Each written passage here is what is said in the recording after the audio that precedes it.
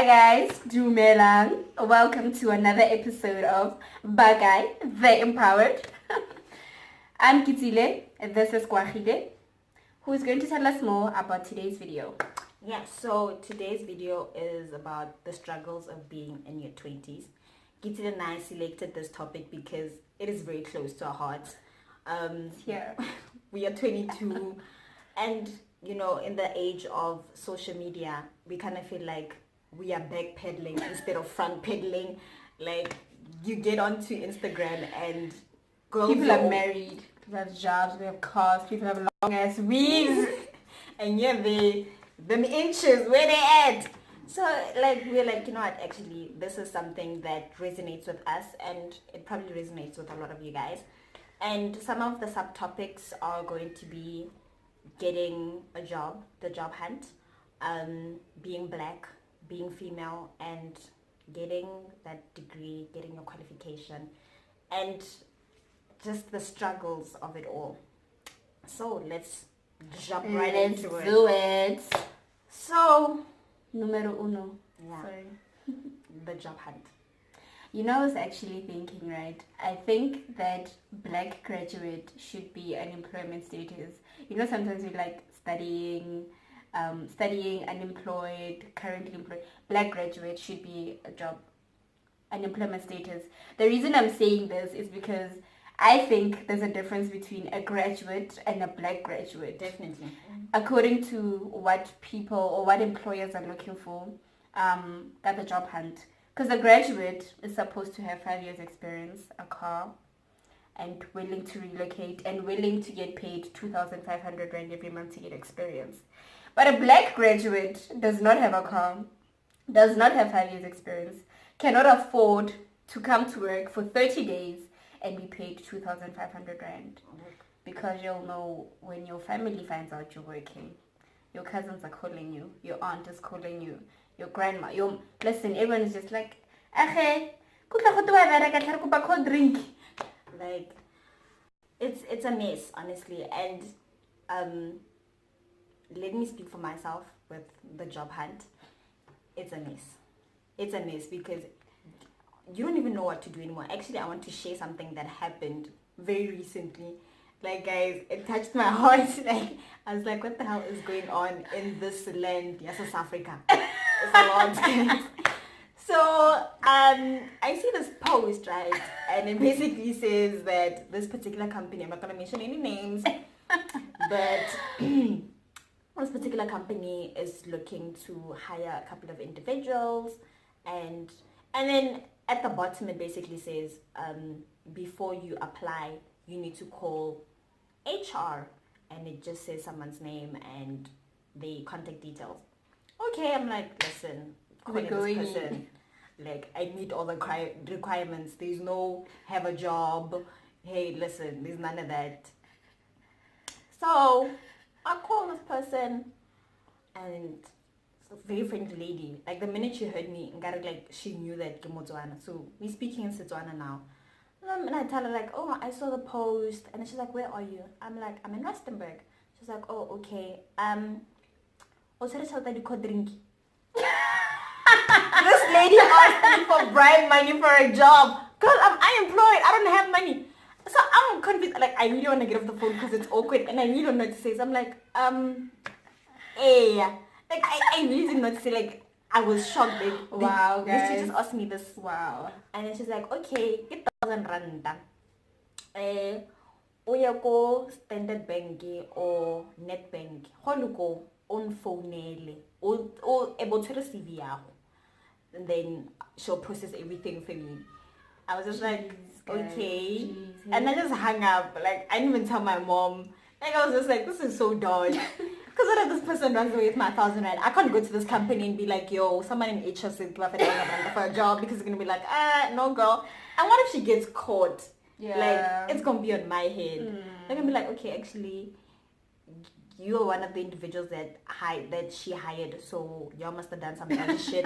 So you're fired. You're fired, There girl. goes that 1,000 rand. And Job hunting really puts us in a vulnerable place. Imagine how many people actually are depositing that 1,000 rand. It was nanyone that you're borrowing. Like, Clary, you're unemployed. Or 1,000 rand. it's a lot. I was so shocked. So I think basically what we're trying to say with the subtopic at job hunting is, I'm not saying spoon feed us, but I feel like employers could be more realistic with regards to what they're looking for from black graduates, because exactly, and they could also tell us what we're doing wrong with like our CVs and stuff like that, because you send your CV, they call you for an interview, and then you nail it, and they're like, no, you didn't get the job, and you're like, probably because someone wants a cold drink and no one wants a cold drink. Like, you're probably qualified, man, because cold drinking. And I'm like, but I killed it. Why are you not giving me a job? But then it's because you listed some unnecessary stuff in your CV, and they're like, oh, okay, what is this? Like, they should be giving us a young heads up, like, yo, 100, listen. 100. And also, honestly, if I send my CV and you're not going to use it, please send it back. No. Please send it back. No. Are you sending it via email or like hard copy? Like sometimes get hard copy. Like I'm going to need you to send it back. Because that is money. Do you understand that printer is 4 rand? Sure. No, guys. 4 rand that I don't have. Nah, fam. So, that's about it. Getting the degree. Oh, the glorified paper. Certificate, sale. Oh, certificate is so I don't want to lie. Yeah. Guys, like, certificate is, you know, my thing is, and this is actually like a build up onto everything because of the way the system is set up. Like, when you are fresh out of matric, remember we were saying the other day that at 18 years old, you're expecting me to make the decision about the rest of my life. That is mainly influenced rather by the fact that I get a degree, then I'm unsuccessful in life. You understand? Guys, so much goes into getting a degree. My thing is, just to touch one more time on that job hunting thing, like, you're probably getting a study loan, right? Yeah. So your parents has no cry your degree, they're like, you need to go work because to pay the study loan. And then Bas John and I go patera 2.5 ke sanga so khwanang like Bas John 2.5 installment loan like so guys, getting a degree, I think on getting a degree I want to talk about how we need to diversify the means of being successful, especially in the educational system, because like the other day I was walking, right? Yeah. Which I do a lot. Bless her. So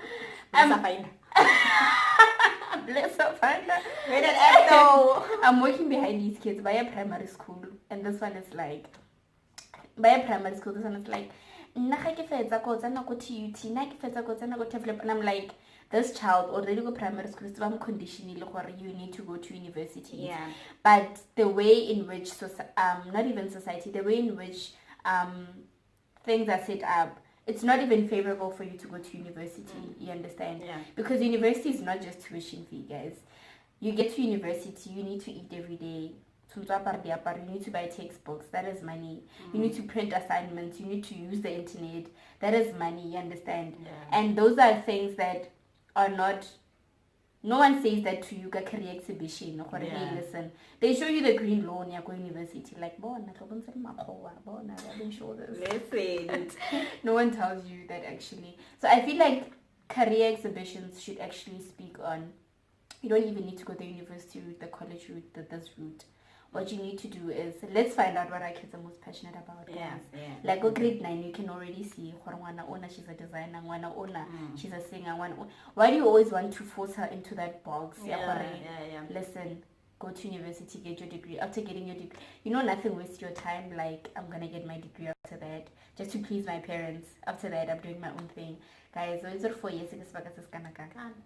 And then after the degree, you're like, let me just get a job to please my parents. And then you end up being an unhappy person. Yeah. So I feel like we should really diversify the success route in South Africa. Yeah, and also with getting the degree, I was talking to Kitila a while back about it, and I was like, it's actually very funny how I was telling her that I feel that at 18, no one should be asking you what do you want to do for the rest of your life. You should, if you are like, okay, listen, I'm 18 and I want to be an accountant, go work under some accounting firm and really find out if that's what you really want to do. First thing, it's cutthroat, it's pressure. Like, accountants will tell you that, listen, I'm taking work home every day because there's just not enough office hours in one day.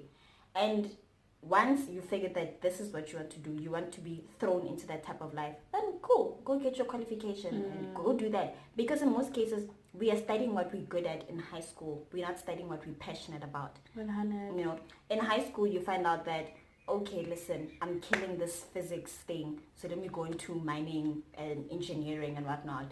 Oh, listen, I'm killing English, let me go study something, whatever. And then you get there and then you realize, actually, my textbook, I know the knowledge, but you get into the environment, you are mining whatever, to your underground and inspect the minerals and you're like, actually, no, this job is not mine. Yeah. Jumping on to our next topic. And then you get to the job. And then Melissa van Veek, shade but no shade. Melissa is just there, guys. Like, oh, you went to uni. Fresh out of matric. I came here and became the manager. Listen. When you have a degree? Oh, no, son. Just make me coffee whilst we chat, actually. Listen. So then there's the struggle of being black. That's where it comes in. Because, listen, this is why black graduates should be... Companies need to be prepared to taking in a certain type of person from a certain type of demographic. Because I feel like companies look for the same person and they don't take into consideration the structural inequalities. Like, educationally, is educationally a word? If it was a word, we may not be on the same level. Yeah. I mean, if... And then there's being female, and then on to go office job, and then your boss is like, so how are you finding the place? And then you're like, can you not touch me? Slinging omagala, no one is inviting you to meetings anymore. No one is telling you, giving you updates. Everything's just bombarded on you. Like, you know, but with all this said, right, I feel like the struggles are necessary. Yeah.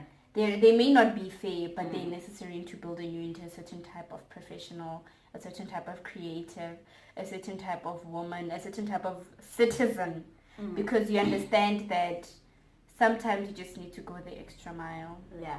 And I was reading something the other day, and it's like, if your 20s went according to plan, if you went to school and if you went to university and got your degree in record time and landed your dream job, and at 25 you're getting married and you're popping the kids and life is great, and there'd be nothing to look forward to.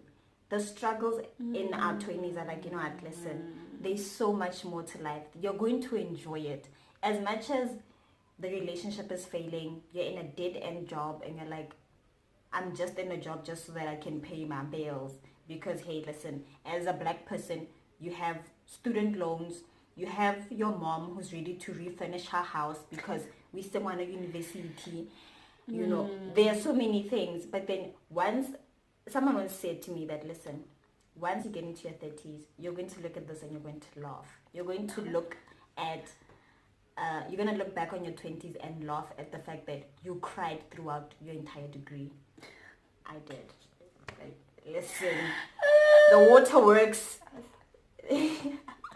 Like, you're going to look back and it's going to be funny. The fact that your 20s are for failing at love, failing at your careers, failing at so many different things. And I saw something on Twitter. So this guy, he has 2 pictures.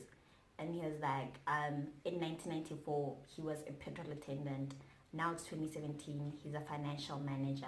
Wow. And he was saying there's like so many different jobs that he did in between that because he was trying to figure out what he really wants to do.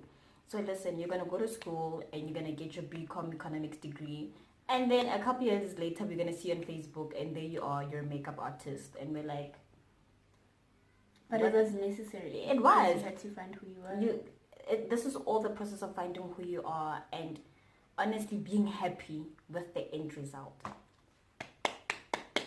Well said, well said. I think that basically covers up our topic on being in your 20s. If you guys want to add anything onto that, if you guys have any life hacks with regards to getting through your 20s, listen, comment down below. And I think the most important message in this video today is to say, yes, it's a struggle, but you can always look at it with a different perspective. You understand?